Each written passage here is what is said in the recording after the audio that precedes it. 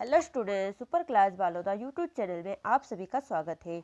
मैं वर्षा दीदी आज आपके लिए लेके आई हूँ प्रोजेक्ट कार्य। जैसा कि आपको हम बता दें, प्रोजेक्ट कार्य 20 अंक का है और ये आपको करना सभी बच्चों को करना अनिवार्य है। जो 20 अंक है ये प्रोजेक्ट के ये वार्षिक परीक्षा में जुड़ेंगे आप सभी बच्चों की, तो आपको ये करना अनिवार्य है। देखिए, हम आपको समझाते हैं किस प्रकार से करना है और कैसे करना है। ये देखिए, और आज जो प्रोजेक्ट कार्य हम लेके आए हैं ये कक्षा 8वीं के बच्चों के लिए है और विषय हिंदी है ना। ये वार्षिक परीक्षा में आपको इसके 20 अंक मिलेंगे, इसलिए सभी बच्चों को करना अनिवार्य है। और हम आपको जिस तरीके से समझा रहे आप इस तरीके से करेंगे तो आपको 20 में से 20 पूरे मार्क्स मिलेंगे।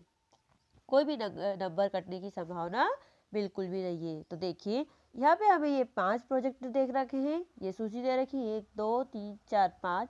अभी 5 में से 2 कोई से भी आपको प्रोजेक्ट करना है।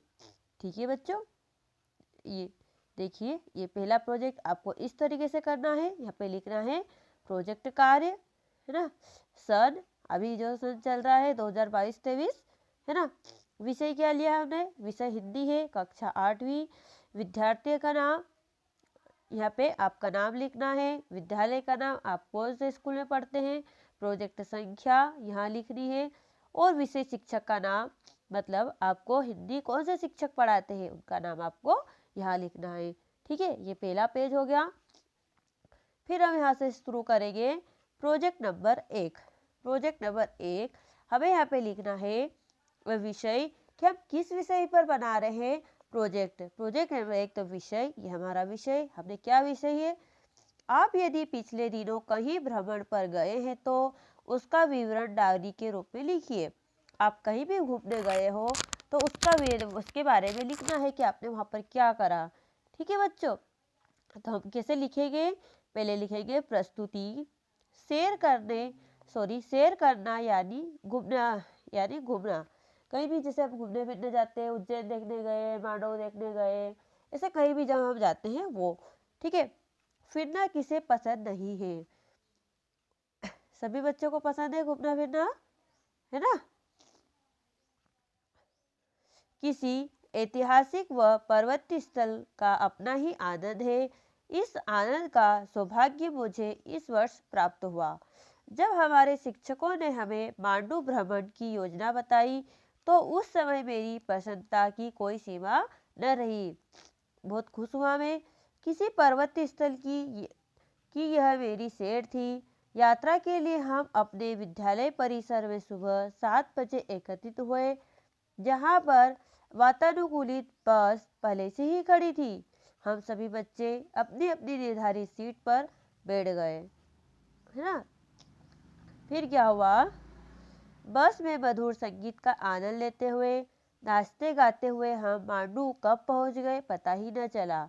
एक प्रमुख ऐतिहासिक व पर्वतीय स्थल होने के कारण यहाँ की सड़कें स्वच्छ थी तथा यहाँ की यात्रा चढ़ाव व आड़े तिरछे रास्तों के बावजूद आरामदायक रही।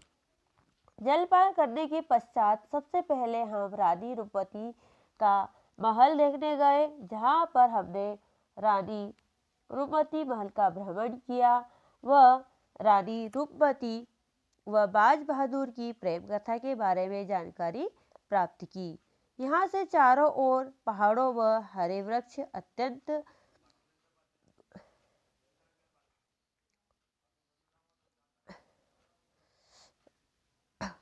अत्यंत सुंदर प्रतीत हो रहे थे। घुमावदार रास्तों से हम पैदल चलने का आनंद लेते हुए बाज बहादुर महल पहुंचे, जहां हमने अपने बहुत मस्ती की तथा नाचने गाने का भरपूर आनंद लिया। इसके बाद बस में बैठकर इको पॉइंट पहुंचे, जहां हमने इको ध्वनि क्या होती है इसका प्रैक्टिकल अनुभव किया। अब हमें भूख का एहसास होने लगा, तो हमारे शिक्षक हमें भोजन के लिए बेहतरीन जगह पर ले गए, जिसका नाम था नीलकंठेश्वर महादेव। यहाँ पर खुली व स्वच्छ जगह पर हमने भोजन ग्रहण किया तथा नीलकंठेश्वर महादेव भगवान के दर्शन करके जहाज महल की ओर प्रस्थान किया। जहाज महल पहुंचकर हमने जहाज महल व हिंडोला भ्रमण किया व वहां स्थित पुराने के कैद खाने के बारे में जानकारी प्राप्त की, जो बहुत ही रोचक थी। साथ ही वहां के मनमोहक बगीचे का अवलोकन करने पर मन बहुत आनंदित हुआ। इस प्रकार यह यात्रा हमारे लिए आनंददायक, मनोरंजक व ज्ञानवर्धक साबित हुई। इस प्रकार से हमारा प्रोजेक्ट नंबर 1 समाप्त होता है। आशा करते हैं आप सभी बच्चों को आसानी से समझ में आ गया होगा। अब हम देखेंगे प्रोजेक्ट नंबर 2। ठीक है बच्चों, हमें 2 प्रोजेक्ट करने हैं। Project number 2। अब प्रोजेक्ट नंबर 2 जो करें उसका विषय क्या है, पहले हम ये देखेंगे। तो हम लिखेंगे विषय। हमने विषय लिया है मुक्तानंद जी के समान आपके आसपास क्या ऐसी कोई मनोरंजक पात्र है, यदि हाँ तो उन पर एक आलेख आप भी तैयार कीजिए। फिर लिखेंगे प्रस्तुति। ऐसे लिखेंगे मुक्तानंद जी की तरह हमारे मोहल्ले में भी एक सज्जन रहते हैं, उनका नाम है मुक्तिलाल। यथा नाम तथा गुण वाली कहावत उन पर चरितार्थ होती है। मुक्त शब्द सुनते ही उनका दिल बाग बाग हो जाता है। इसके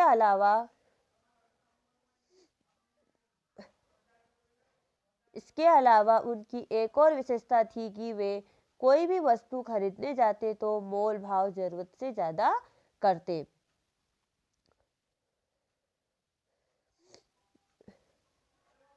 एक बार की बात है, वे बरसाती कोट खरीदने बाजार गए। उन्होंने दुकानदार से बरसाती कोट का मूल्य पूछा। दुकानदार ने उसकी कीमत 300 बताई। दुकानदार द्वारा 300 मांगने पर मुक्तिलाल जी ने उसकी कीमत 100 रुपये लगाई। सुबह सुबह बोनी का समय था, इसलिए दुकानदार ने 100 रुपये में ही कर दी। इतनी कम कीमत पर तत्काल दुकानदार को राजी होते देख मुक्तिलाल जी का माथा ठनका। तुरंत अपनी जबान से मुकरते हुए कहा कि नहीं, मैं तो इसे 50 रुपये में ही खरीदूंगा। दुकानदार भी शायद उसे बरसाती कोट देने पर ही तुल गया ना, और 50 रुपये में ही वह कोट देने को तैयार हो गया। 50 रुपये में कोट देने को राजी होता हुआ देख मुक्तिलाल जी ने सोचा, जरूर यह मुझे अब भी ठग रहा है। जो 300 वाला बरसाती कोट 50 रुपये में देने को तैयार हो गया। उन्होंने पेतरा बदलते हुए कहा, पिछले चौक पर तो यही बरसाती कोट 25 रुपये में ही मिल रहा है। तुम्हें 25 रुपये में देना है तो दो, वरना रहने दो। दुकानदार ने अपने जीवन में शायद ऐसा ग्राहक नहीं देखा था। पल पल पर अपनी बात बदलने वाले मुक्तिलाल जी द्वारा लगाई गई बरसाती कोट की इस नई कीमत पर वह झल्ला उठा। गुस्से में उसने कहा, ऐसा कीजिए, 25 रुपये